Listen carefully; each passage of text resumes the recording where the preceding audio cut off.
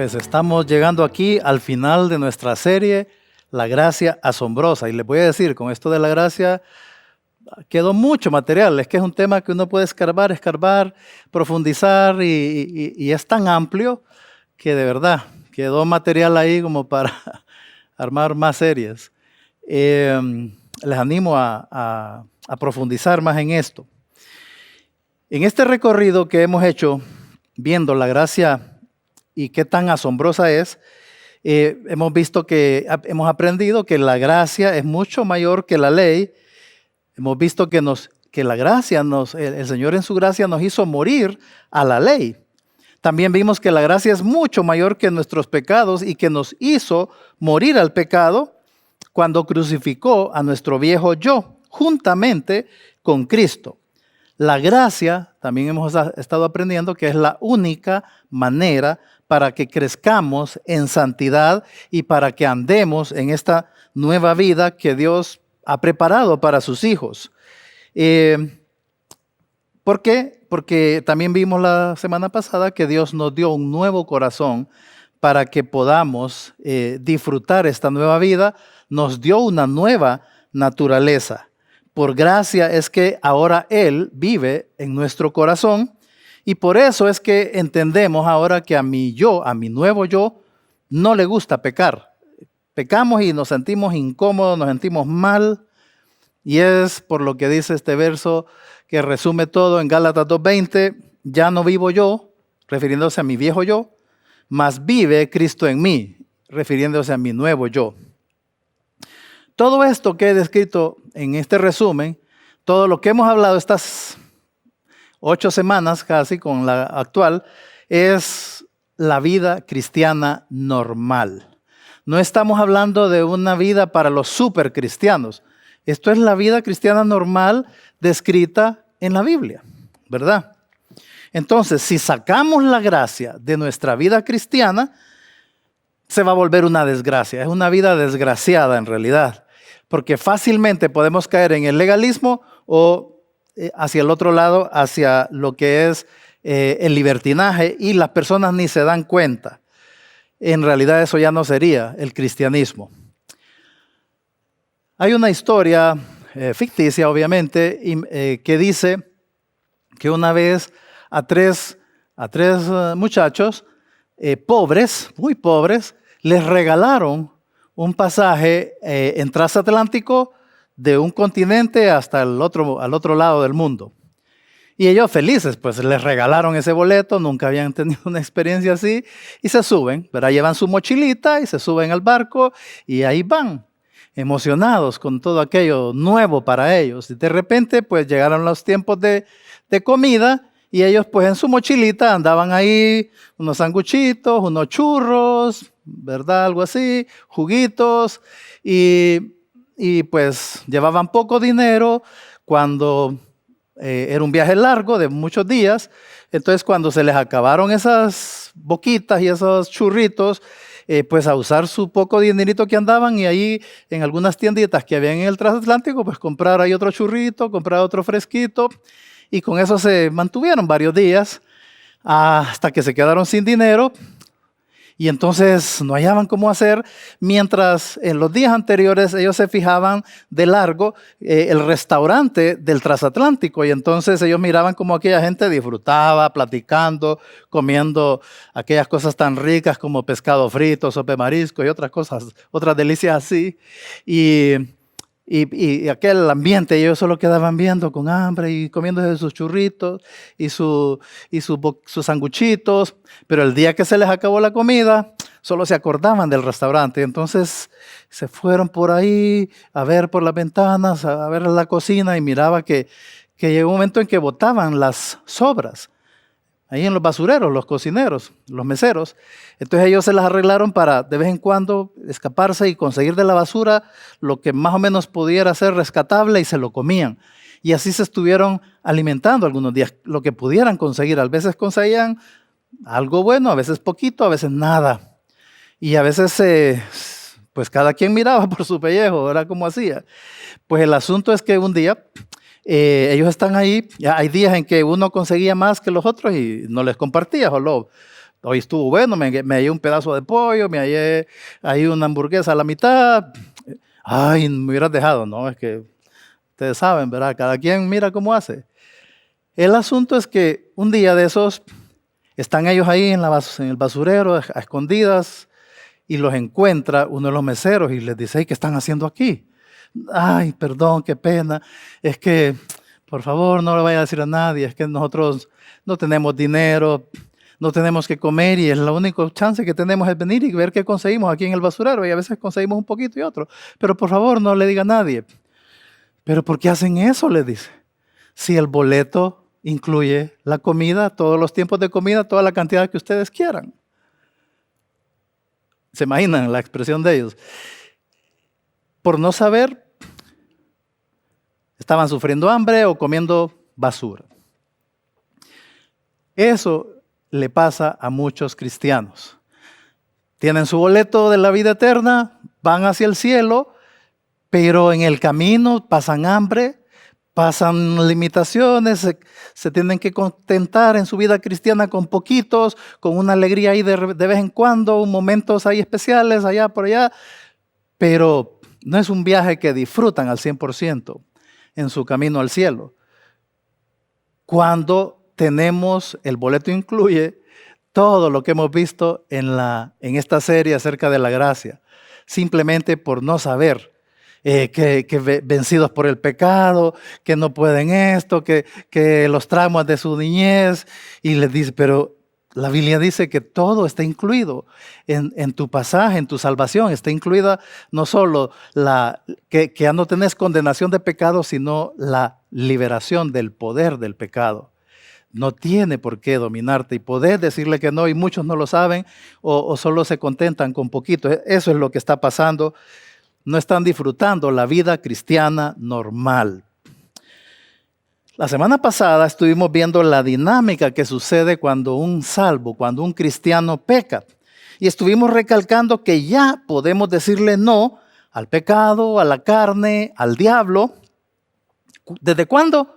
Desde que Él nos salvó. Desde ese día que aceptaste a Jesucristo, podés decirle que no al pecado, al diablo, a la carne. Y esto tiene una implicación liberadora. ¿Cuál es? Y es que es la siguiente. No necesitamos esperar la madurez en nuestra vida para poder decirle no al pecado. Algunos lo asocian así. Pero la verdad es que estamos equipados con todo lo necesario desde el instante de ser salvos. En Cristo nuestra salvación es tan segura como nuestra victoria sobre el pecado, ni más ni menos. ¿Te cuesta creerlo? Estás igual que esos muchachos en el transatlántico.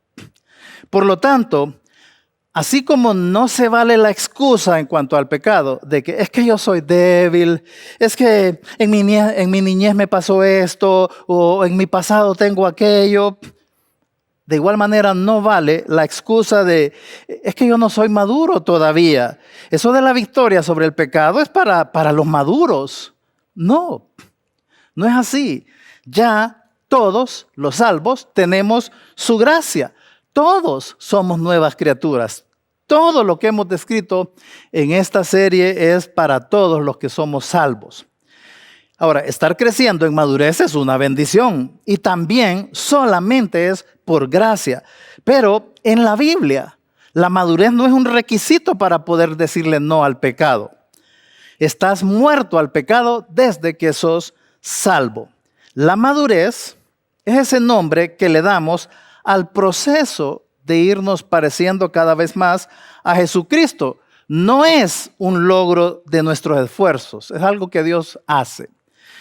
Así que queríamos dejar ese fundamento y hoy, el último tema, quisiéramos aprovechar para contestar unas cuantas preguntas bien específicas. La primera, ¿cómo hacemos para disfrutar la vida cristiana en la gracia? ¿Cómo hacemos? Y quiero usar una ilustración. Hace muchos años estuvo de moda usar unos maletines. Yo tenía un maletín de esos, un Samsonite, como el que está ahí en esa foto. Es más, aún lo tengo. El asunto es que, bueno, esos maletines, como pueden verle ahí, tienen una combinación para poder abrir, traían seguridad. Eran muy seguros y para poderlos abrir uno necesitaba saber la clave. Uno le ponía cuál era la clave que iba a tener y con eso lo podía abrir solamente uno.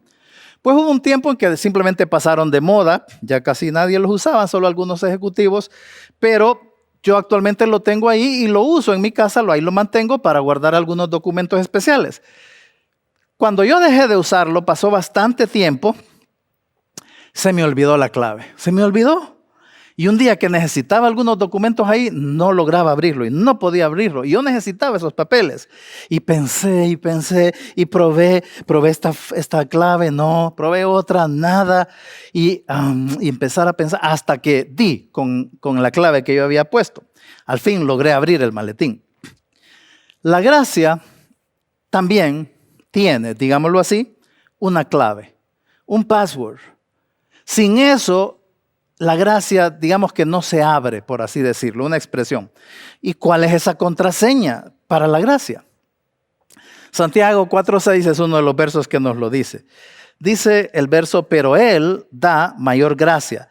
Por eso dice, Dios resiste a los orgullosos, pero da gracia a los humildes. Entonces, si quieres disfrutar todo lo que hemos hablado en estas 7 semanas anteriores, si quieres disfrutar todo lo que tiene que ver la gracia para tu vida, solo se trata de que tomes una decisión. ¿Cuál decisión? Ser humildes. Ser humilde. Por ejemplo, pensemos en la salvación. Es por orgullo que a las personas les cuesta creer que las buenas obras no los van a salvar. Muchos de nosotros pasamos por ese tiempo que nos costó entender que la salvación no es por obras. ¿Por qué nos costaba creer que era por gracia? Por orgullo. Es decir, no, ¿cómo va a ser tan fácil? No, yo tengo que hacer algo. Ahí es el orgullo hablando, ¿verdad? Entonces queremos hacer algo para después sentirnos bien, ¿verdad? Entonces, en mi mente, saber que yo me estoy esforzando para ser salvo. Ese es lo que está pasando adentro de esa persona. Pero, por otro lado, es humildad reconocer que no podemos. No puedo hacer lo suficiente para salvarme.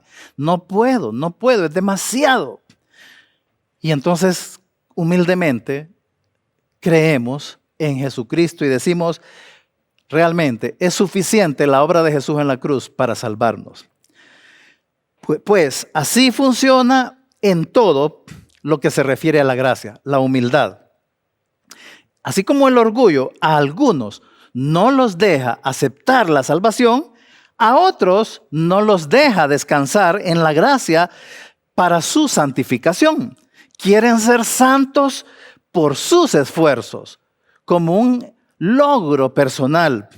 La gracia no quiere decir que yo no voy a hacer nada, pero sí hay que hacer algo. Hay que hacer algo. ¿Qué es lo que hay que hacer? Ser humildes. Ser humildes para poder recibir lo que Él ya ha hecho a favor mío. La humildad de verdad que está muy ligada a la fe. Por fe y con humildad yo acepto que Él crucificó mi viejo yo, ¿verdad? Le creo por fe y con humildad le creo al Señor que ahora yo le puedo decir no al pecado. Por fe, en humildad, debes creerle que ya no eres un mentiroso, ya no eres homosexual, ya no eres inmoral, ya no eres avaro, ya no eres vanidoso, ya no eres borracho, ya no eres recoroso, etcétera, etcétera, etcétera, porque en la Biblia dice eras. Así, estas cosas eran algunos de ustedes, dice, pero ya han sido justificados. Entonces, lo mismo aplica para todos nosotros. Se requiere humildad para aceptar que si Dios lo dice, pues así es. Se requiere humildad para esa fe. Aunque sea solo por eso, deberíamos de asustarnos cuando el verso dice que Dios resiste a los orgullosos. ¿Sabes lo que significa la palabra resiste? Es una palabra que significa que Dios mismo se pone en contra de esa persona que está orgullosa en ese momento. Por eso es que no puede disfrutar la gracia. Por eso es que la vida cristiana no la puede disfrutar ni la santidad. ¿Por qué? Porque lo va volviendo legalista y a otros los tira hacia el libertinaje. Pero Dios da gracia. ¿A quién? Al humilde. Piensa en esto. Mateo 11:29, Jesús dijo: llevad mi yugo sobre vosotros y aprended de mí, que soy manso y humilde de corazón, y hallaréis descanso para vuestras almas. Por cierto, quiero decirte que cuando dice llevad mi yugo, se está refiriendo a la vida cristiana. La vida cristiana es el yugo con Él, un yugo junto con Él. Pero para eso dice, aprendan de mí, que soy manso y humilde. Humilde, es Jesús el que te está diciendo que lo imitemos, que aprendamos de Él algo bien puntual, ser mansos y humildes como Él. ¿Por qué? Porque eso es la clave que abre las cataratas de la gracia sobre tu vida. Tu nuevo corazón está hecho solo para funcionar con humildad. ¿Oíste eso? Dios te dio un nuevo corazón, ahí está, pero está diseñado solo para funcionar en humildad, con la humildad. La nueva criatura que somos es humilde, como Él. Así es nuestra nueva criatura.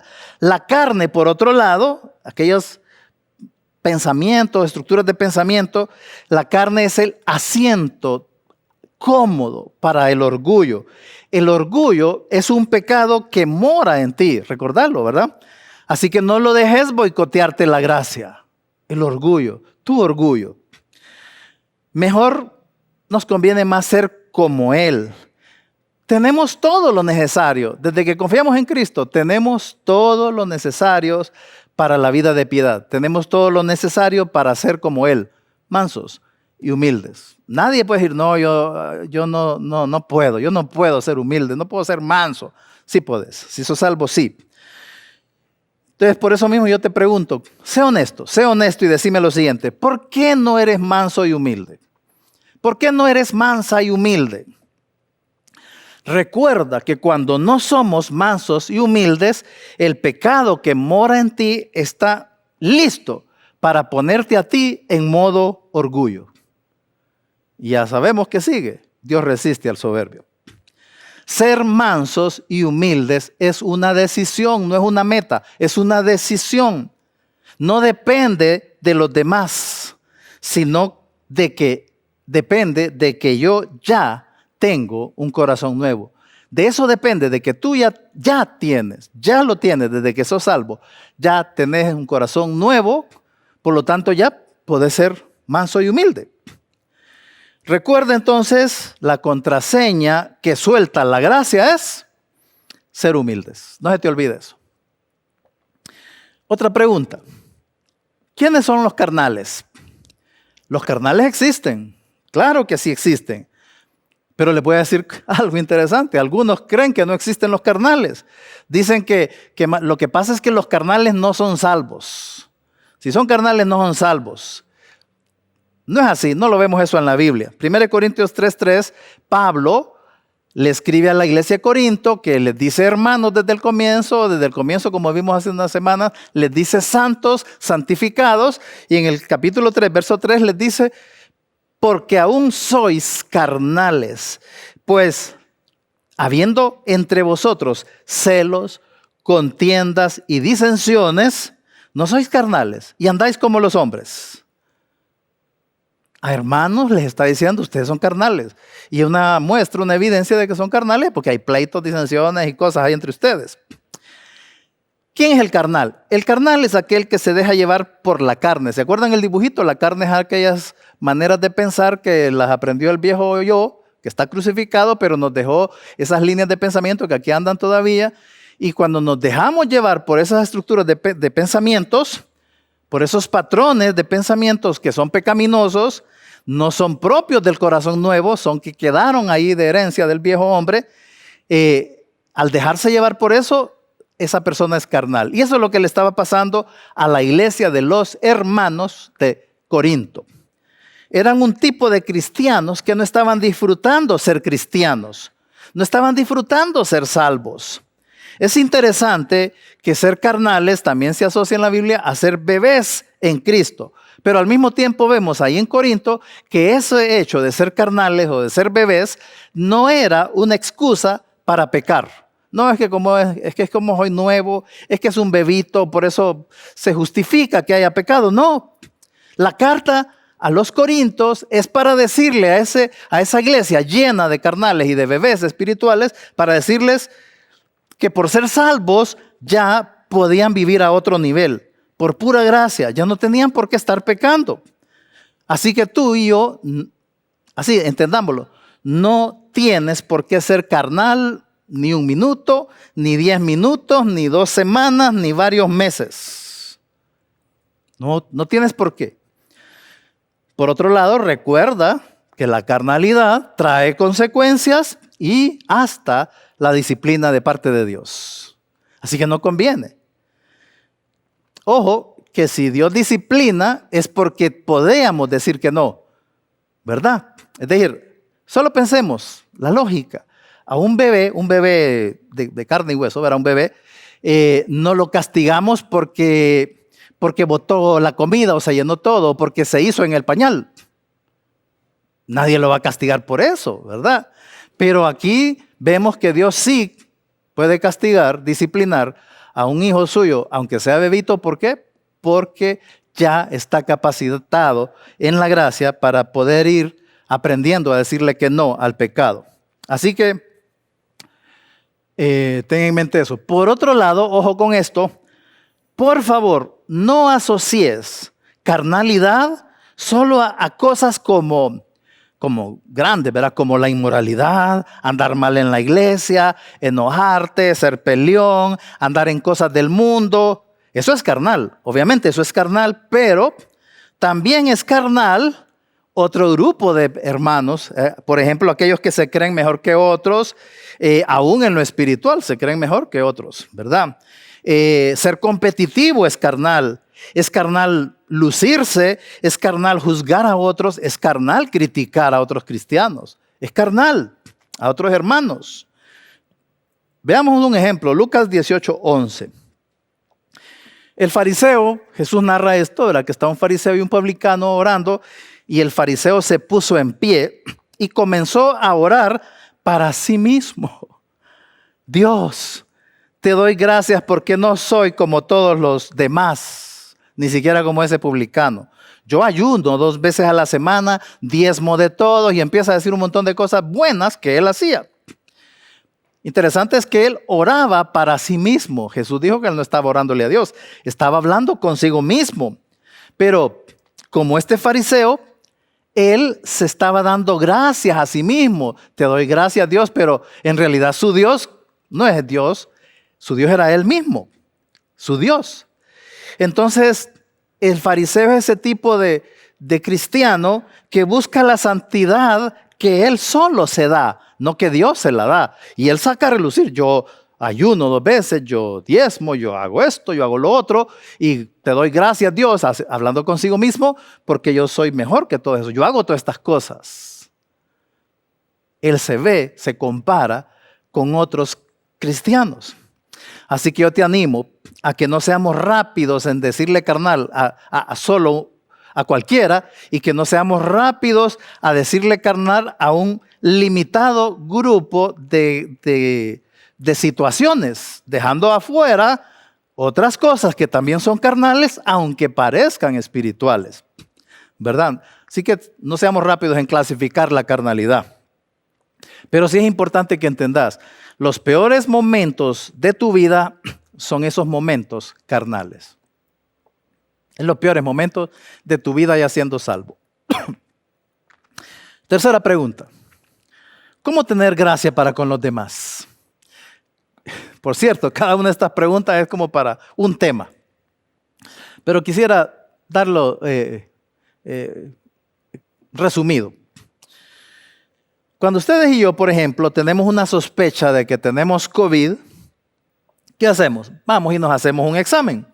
Y si tenemos COVID, ¿qué va a pasar? El examen va a salir positivo, así como esta foto, ¿verdad? Sale ahí positivo. Entonces, tengo COVID. Ok. Uno de los exámenes que nos ayudan a ver si en realidad entendemos la gracia, si estamos disfrutando la gracia, ¿saben cuál es ese examen? Es ver cómo tratamos a los demás. Fijémonos en nosotros, no en los demás. Fijémonos en nosotros. ¿Cómo estamos tratando a los demás? Pregunta, ¿los tratamos con gracia? ¿Estás tratando con gracia? Porque si la respuesta es no, pues seguramente es porque te hace falta entender cómo es que Dios te trata a ti. O porque andas en modo orgullo. Tu carne ya te convenció, tu pecado que mora en ti y andas en modo orgullo. ¿Cómo trato a los demás? Es un examen muy bueno. Es difícil tratar con gracia a los demás, especialmente esos demás que están cerca de mí, si aún yo no estoy disfrutando la gracia de Dios hacia mí. Si yo no estoy disfrutando su gracia, ¿cómo voy a tener gracia con otros? Los pecados y las faltas de los demás las voy a manejar de una manera dura, fea, si yo no estoy agradecido con la gracia de Dios hacia mí. Ese es un examen, una muestra de cómo ando. Y Jesús lo ejemplificó, mostró cómo es la gracia hacia los demás. Varias ocasiones. Te voy a poner 3 ejemplos. Mateo 18, él cuenta una historia de un hombre que le debía 10,000 talentos al rey. 10,000 talentos es, algunos calculan que es más de 100 millones de dólares. Una cantidad increíble. Le debía eso, a ver cómo llegó a ese punto, pero le debía exagerados millones al rey. Y el rey, sin embargo, tuvo misericordia y gracia con él y lo perdonó. Pero bien, este hombre al salir de estar con el rey se va y se encuentra con un amigo y él no tuvo gracia para con su amigo que apenas le debía 100 denarios. Que pongámosle que unos 1,000 lempiras por ahí. ¿Qué significa esa situación? Que esa persona salió positivo para el orgullo, salió positivo para la falta de gracia. ¿Y qué pasó en su vida? Pues que Dios lo resistió. Jesús escribió como el rey, le dijo, así te portaste con este, no pudiste hacer con él lo que yo hice con vos. Bueno, está bien, y le fue bien mal, le fue muy mal. Entonces, si ustedes y yo somos duros con los que nos fallan, es que en realidad no valoramos la gracia de Dios con nosotros. Si somos duros con los que nos fallan, es por orgullo nuestro. Pregunta, ¿eres duro? ¿Eres dura con alguien? Especialmente los que están cerca de tu casa. ¿Por qué? ¿Por qué eres duro? ¿Por qué los tratas así? Es un examen. Otra situación que vemos con Jesús es con la mujer adúltera. Jesús no vino después de que ya se fue la gente, que no la apedreó, no vino y no se puso a sermonearla, no la juzgó. Él le dijo, yo no te juzgo, solo la amó y le dio la salida. Ojo con esto, pensemos un poquito. Ella, esa mujer adúltera, con toda seguridad, tuvo cosecha, tuvo consecuencias de lo que había estado haciendo. Pensemos, si esa muchacha era soltera, ¿qué significaría? Pues que ahora le iba a costar casarse. Era una consecuencia. No cualquiera se iba a casar con ella, ya que todo el mundo había sabido de la situación. ¿Y qué tal si hubiera sido una mujer casada? Pues hubiera quedado en una situación bien difícil con su esposo. Probablemente costaría que su esposo confiara. Ella tendría que lidiar con esas consecuencias. Otra consecuencia, como ya mencionamos, es que ella quedó con una mala fama en el pueblo. Y a saber cuántas más consecuencias. Pero la gracia del Señor, con la que la trató en ese momento, a ella le dio el poder para una nueva vida. La gracia de Dios sobre ella le abrió las puertas a una nueva vida y con toda seguridad ella se humilló y por lo tanto recibió más gracia. Pregunta, ¿te gusta hacer lo que Jesús no hizo? ¿Te gusta sermonear a los que son encontrados en pecado? ¿Te gusta sermonear? Y obviamente, de nuevo, pecado solamente es para muchos, inmoralidad, esto y lo otro, pero hay otros pecados que son respetables, que los tenemos ahí, ¿verdad? Que no, casi que ni los vemos como pecados. El orgullo, la crítica, etcétera, etcétera. Y otro ejemplo que Jesús puso es el hijo pródigo. Se nota en esa historia la gracia del papá. Jesús quería remarcar eso. Y uno calcula a ese papá orando y con una actitud de espera por su hijo. Y cuando lo ve llegar, esa actitud de celebración que tuvo, esa gracia del papá terminó de ganar a su hijo. Terminó de ganarlo. Él estuvo de lejos viéndolo y apenas vio que aquel muchacho empezó a caminar hacia él, salió corriendo a abrazarlo, armó la fiesta y toda la cosa. Eso es la gracia. Pregunta, para ti, la gente, tu familia, hermanos del grupo, hermanos de la iglesia, ¿tienen que ganarse tu gracia? ¿Tienen que merecerse que tú los trates con gracia? Eso no es gracia. Tener gracia hacia otros, hay que estar claros, no es sobarles el pecado. No es, no te preocupes, ahí déjalo. No es así. La gracia no es sobarle el pecado a nadie, sino que verlos como alguien que puede salir de eso. Entonces, como yo sé que puede salir de eso porque ya es salvo, estamos hablando de gente salva, y que tiene el Espíritu y que tiene un nuevo corazón y que su viejo yo está crucificado, entonces, ¿qué hago? Oro y trato de ayudarle. Eso es la gracia. Jesús no le sobó el pecado a la adúltera ni a nadie. La gracia no sermonea, la gracia no critica. La gracia mira, trata de ver cómo ayudar. Trata a otros así, exactamente igual como Dios lo trató a uno. Eso es la gracia. La gracia hacia los demás. Entonces, trata con gracia y amor a aquel que está a tu alrededor que no se merece tu gracia. Aquel que te cuesta tratarlo con gracia. Tal vez me vas a salir diciendo, no, bueno, yo no soy Dios como para hacer eso. Yo no lo puedo tratar así. Dios sí, pero yo no soy Dios. Bueno, te recuerdo una cosa, que si ya sos salvo, no eres Dios, pero tienes a Dios en tu nuevo corazón. No uses tu viejo corazón para tratar a los demás. Eso es carnal, tan carnal como lo que estén haciendo ellos. ¿Te da miedo tratar a los demás así? Dios no tiene miedo de tratarte así a ti. Él sabe algo, que la gracia funciona. Creamos lo mismo. La gracia funciona en nuestra relación con los demás. Miren esto. Dios nos ha diseñado a todos los seres humanos, incluidos los incrédulos. Dios nos ha diseñado a todos para reaccionar a la gracia, para que reaccionemos a la gracia. Un ejemplo, Primera de Pedro 3:1, un verso famoso en las charlas matrimoniales, dice así: asimismo vosotras, mujeres, estad sujetas a vuestros maridos, para que también los que no creen a la palabra, es decir, aún aquellos maridos que eran incrédulos, ¿qué dice? Sean ganados sin palabra por la conducta de sus esposas.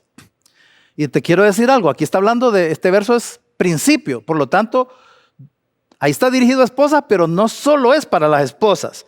También un esposo puede poner en práctica eso, también los papás pueden poner en práctica esto con sus hijos.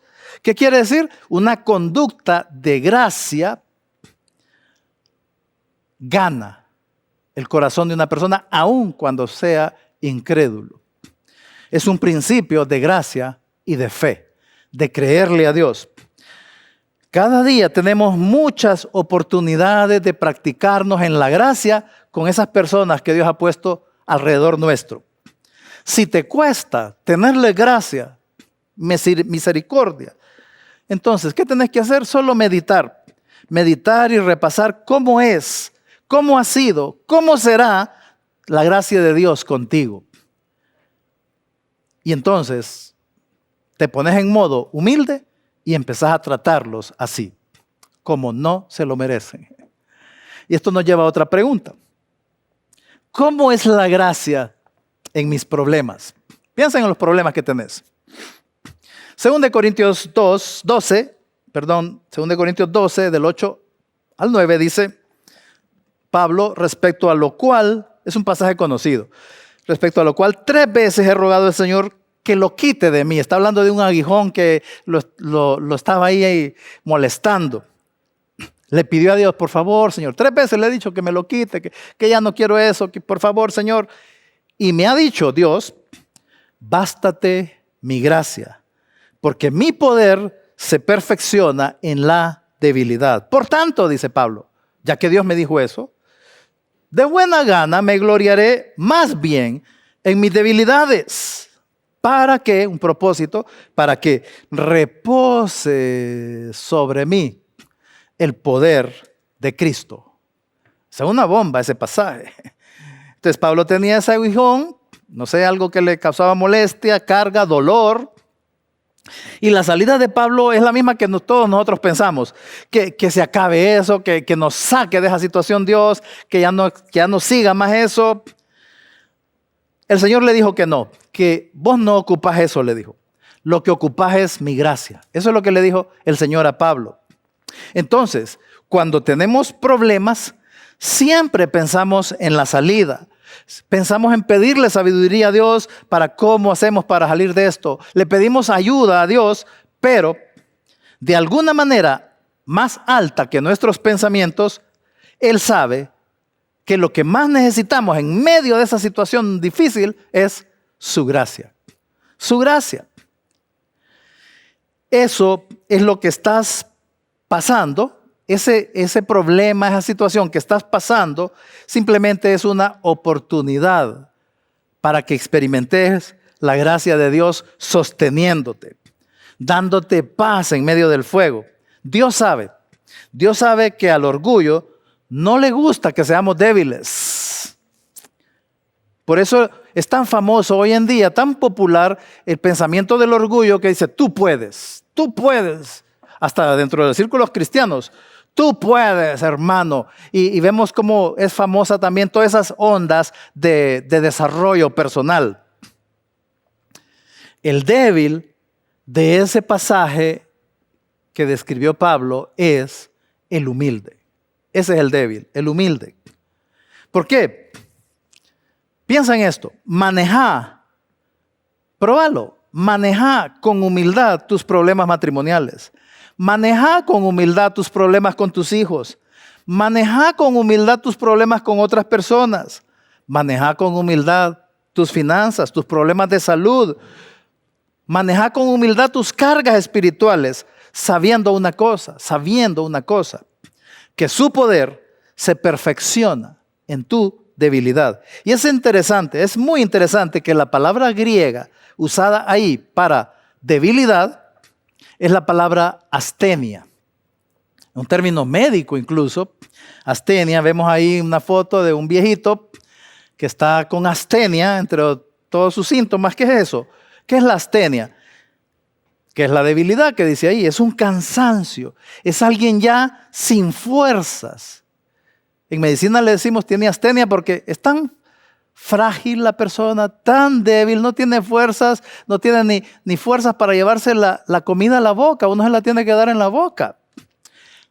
Bueno, así con astenia, con ese extremo de debilidad, así necesita Dios que esté nuestro ego, nuestro orgullo, totalmente débil, frágil, sin fuerza, sin nada. ¿Para qué? Para que su poder se perfeccione.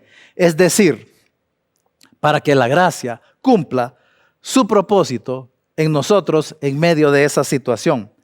Entonces, vemos lo contrario, solo contrastemos. En los problemas, en la familia, en el trabajo, en esto, en lo otro, el orgullo, ¿qué va a causar en ti? Te va a hacer discutir, pelear, enojarte, resentirte, ofender, buscar una solución carnal. Para esos problemas, el orgullo siempre nos va a empujar a una actividad carnal. Pero esos problemas, Dios los quiere usar para debilitar al máximo tu ego. Tan débil que tengamos el ego, el orgullo, tan débil que ni siquiera se pueda levantar. Así quiere Dios tu orgullo. ¿No quieres ver a tu orgullo así? Pablo sí quería eso.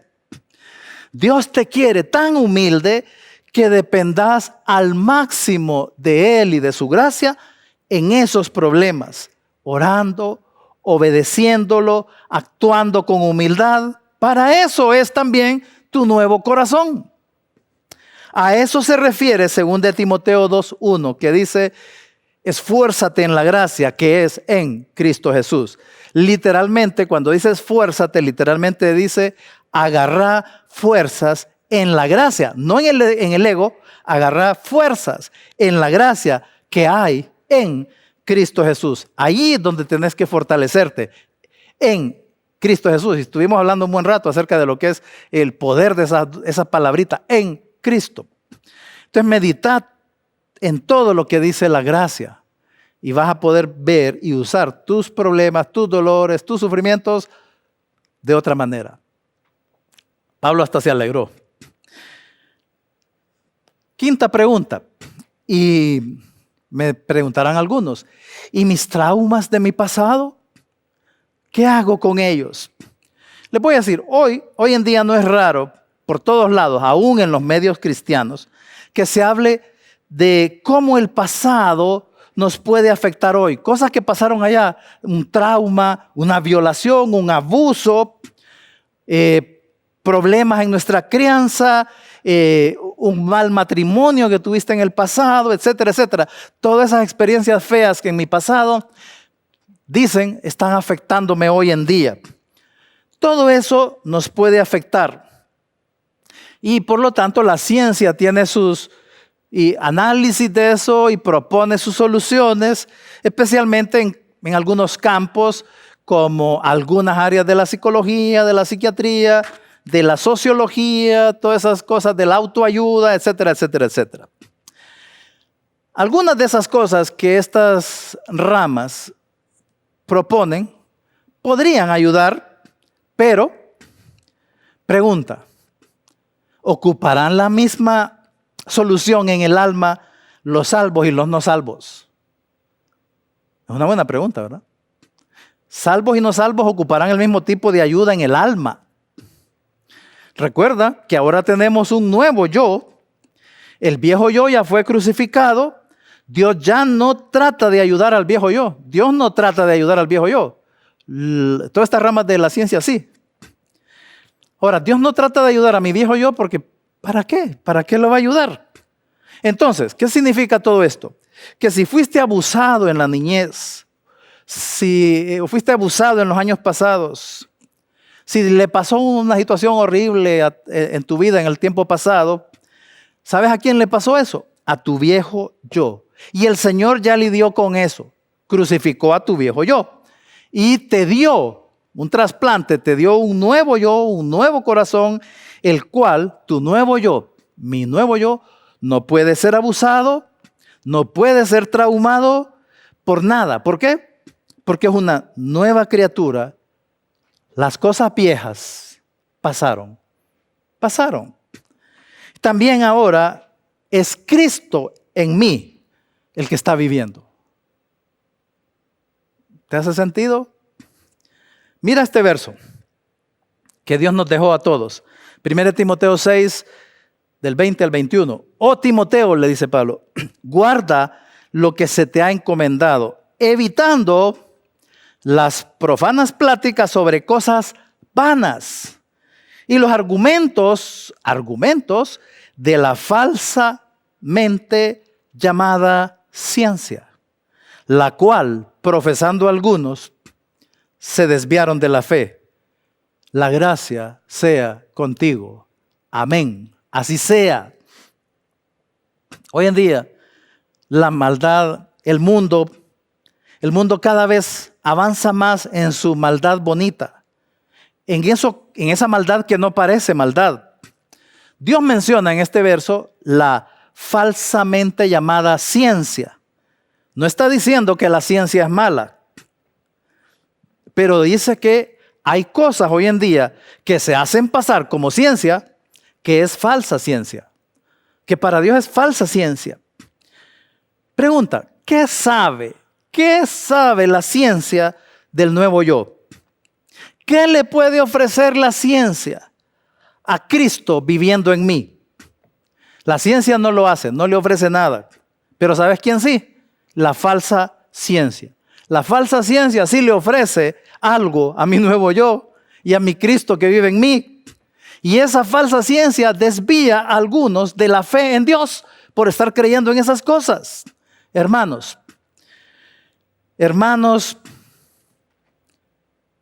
hay varios hermanos confiando más en soluciones sin Dios, creyendo afirmaciones de la falsa ciencia que te dicen, vos sos homosexual y así te vas a quedar toda la vida. Vos sos alcohólico, vos sos depresivo, vos sos mujeriego, así naciste, le dicen algunos, y así te vas a morir. La falsa ciencia. Pero tienen medio razón, así te vas a morir, pero es que mi viejo yo, que tenía todas esas cosas, ya murió, ya está muerto en Cristo. Mi nuevo yo no padece de nada de esas cosas. Por eso termina Pablo la carta diciendo, la gracia sea contigo. A todas esas cosas. La gracia sea contigo. Amén. Así sea. ¿Sabes qué ocupamos cuando tenemos traumas en nuestro pasado? Abusos, violaciones incluso. ¿Sabes qué ocupamos? Su gracia. Su gracia. Y entonces entendemos lo que dice Romanos 12:2. No os conforméis a este siglo, sino transformaos por medio de la renovación de vuestro entendimiento. ¿Para qué? Propósito, resultado, para que comprobéis cuál sea la buena voluntad de Dios, agradable y perfecta. La voluntad de Dios es buena, agradable, perfecta. Entonces, entre más entendas lo que Cristo ya hizo por ti y hace en vos, más vas a disfrutar su voluntad y experimentarás esa transformación que habla Romanos 12:2. Y la última pregunta es, ¿cómo se ve la gracia en nuestra vida? Entre más devorás de la gracia, más efecto la gracia va a tener en tu vida. Él, con su gracia, va a hacer cosas increíbles en ti. No busques mejorar por otra vía. No trates de mejorar por otra vía. No intentes mejorar en tus fuerzas, porque entonces te va a estar esperando con los brazos abiertos el legalismo. Así que recordalo, nunca irás más allá de lo que la gracia de Dios haga en tu vida. Lo que la gracia de Dios haga en tu vida. Entonces, genuinamente vas a poder decir, como Pablo dijo en 1 Corintios 5:10, pero por la gracia de Dios soy lo que soy. Y su gracia no ha sido en vano. He trabajado, pero no yo, sino la gracia de Dios conmigo. Y cuando dice ahí que no ha sido en vano, la gracia es porque puede ser en vano si no la crees o si hay orgullo en tu vida. Así que recuerda, la gracia es súper abundante, sobreabundante. Te animo a repasar todo esto que hemos visto. De nuevo te ofrezco mis notas y le damos gracias a Dios. Oremos. Señor, gracias por tu gracia, porque es lo único que hace transformaciones increíbles en nuestra vida. Señor, hace cosas que ni nos imaginábamos, que si nos hubieran contado no las íbamos a creer, Señor. Gracias. Eres increíble y de una manera nítida es la única manera en que te llevas toda la gloria, Señor. Por nuestra salvación, por la seguridad de nuestra salvación, por nuestra santidad, por nuestro crecimiento en madurez, por las buenas obras que hagamos, Señor. En todo te vas a llevar la gloria porque es por pura gracia. Bendice a cada uno de los hermanos y hermanas, Señor, que puedan abrir, que tú les abras los ojos del entendimiento para disfrutar el andar agradable delante de ti. Para tu gloria, Dios, en el nombre de Jesús. Amén y amén. Que Dios les bendiga. El Señor ya casi viene.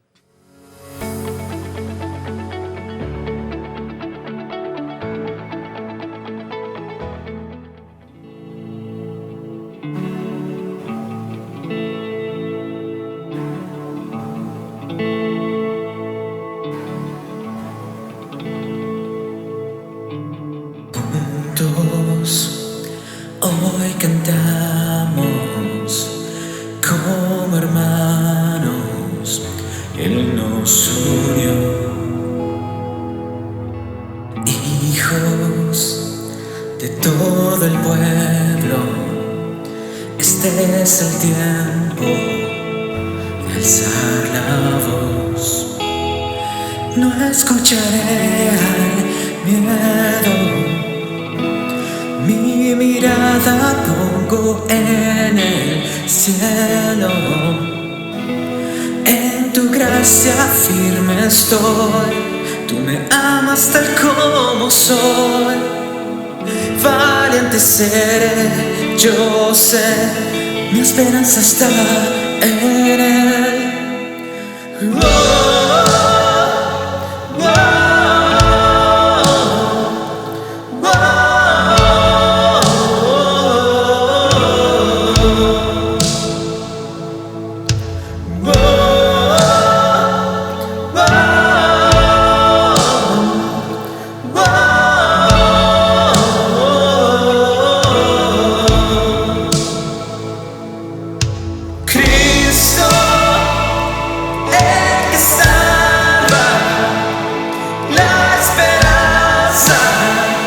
Está en él, Cristo, luz del cielo, Rey eterno y amigo fiel. Y no escucharé al miedo, mi mirada pongo en el cielo. En tu gracia firme estoy, tú me amas tal como soy. Valiente ser, yo sé, mi esperanza está en él.